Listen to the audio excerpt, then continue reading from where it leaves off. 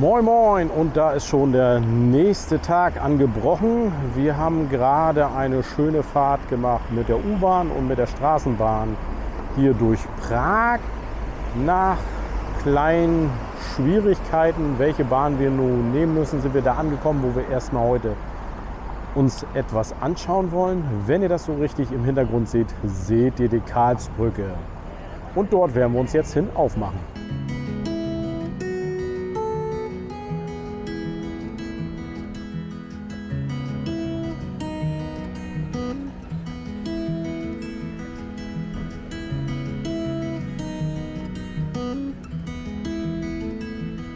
Wir haben jetzt erreicht die Karlsbrücke, eines der touristischen Highlights hier in Prag. Der Ort ist schon seit dem 9. Jahrhundert bekannt, allerdings da als Furt. Erst im 11. Jahrhundert wurde hier die erste Holzbrücke errichtet durch den Kalifen von Cordoba, die allerdings schon wieder Mitte des 12. Jahrhunderts zerstört wurde durch ein Hochwasser. Die erste steinerne Brücke tauchte hier auf in der zweiten Hälfte des 12. Jahrhunderts. Diese Brücke hier hat ihren Ursprung im 14. Jahrhundert.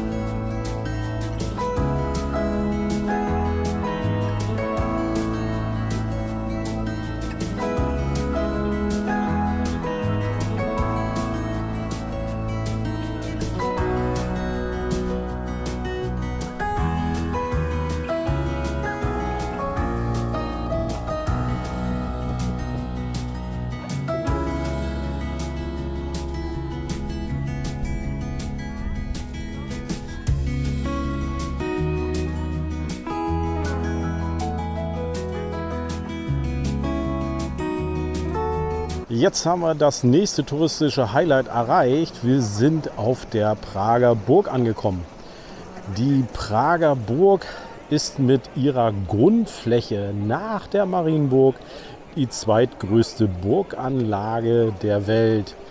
Ihr Ursprung stammt aus dem 9. Jahrhundert und sie hatte sich über die Jahrhunderte sehr stark geändert. Übrigens, wie ihr vorhin schon gesehen habt, ist hier auch der Sitz des Staatspräsidenten der Tschechischen Republik.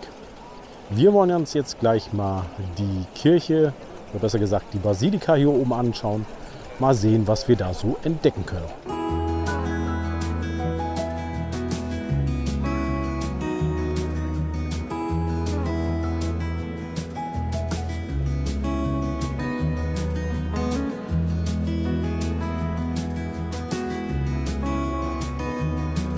Jetzt sind wir hier im Veitsdom auf der Prager Burg. Der Dom wurde durch einen französischen Architekten und einen deutschen Baumeister Mitte des 14. Jahrhunderts erbaut im Auftrage von Karl IV.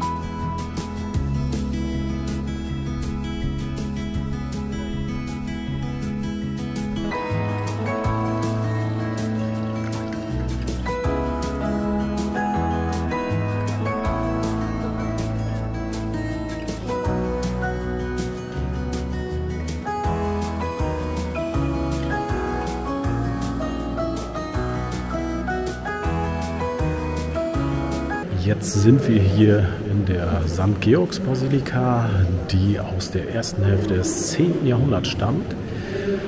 Von drin sieht man ihr auch das Alter an. Von außen hätte ich gedacht, das ist eine barocke Kapelle.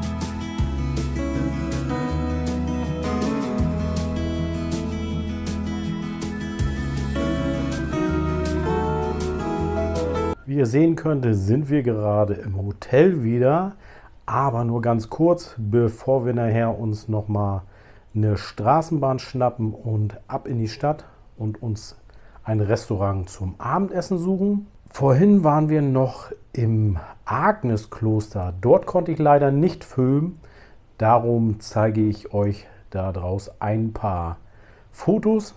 Das Agneskloster stammt aus dem 13. Jahrhundert und ist nach ihrer Begründerin, der Prinzessin Agnes von Böhmen, benannt. Sie war selbst Äbtissin von 1235 bis 37 und ist dort auch beerdigt. Es ist auch eines der ersten Franziskaner-Doppelklöster nördlich der Alpen. Da haben nicht nur gelebt Schwestern des Ordens, sondern auch die Brüder des Franziskanerordens. Und es zählt zu den bedeutendsten frühgotischen Bauwerken in Prag. Wir hatten noch eine sehr interessante private kleine Führung bekommen, weil wir noch die Kirche ansehen wollten. Und da hat eine Dame uns eine nette Geschichte erzählt. Ob sie stimmt, wissen wir nicht, aber es hörte sich zumindest sehr gut an. Das Kloster wurde mal überflutet durch die angrenzende Moldau. Die Schwestern konnten das Grab der Agnes retten.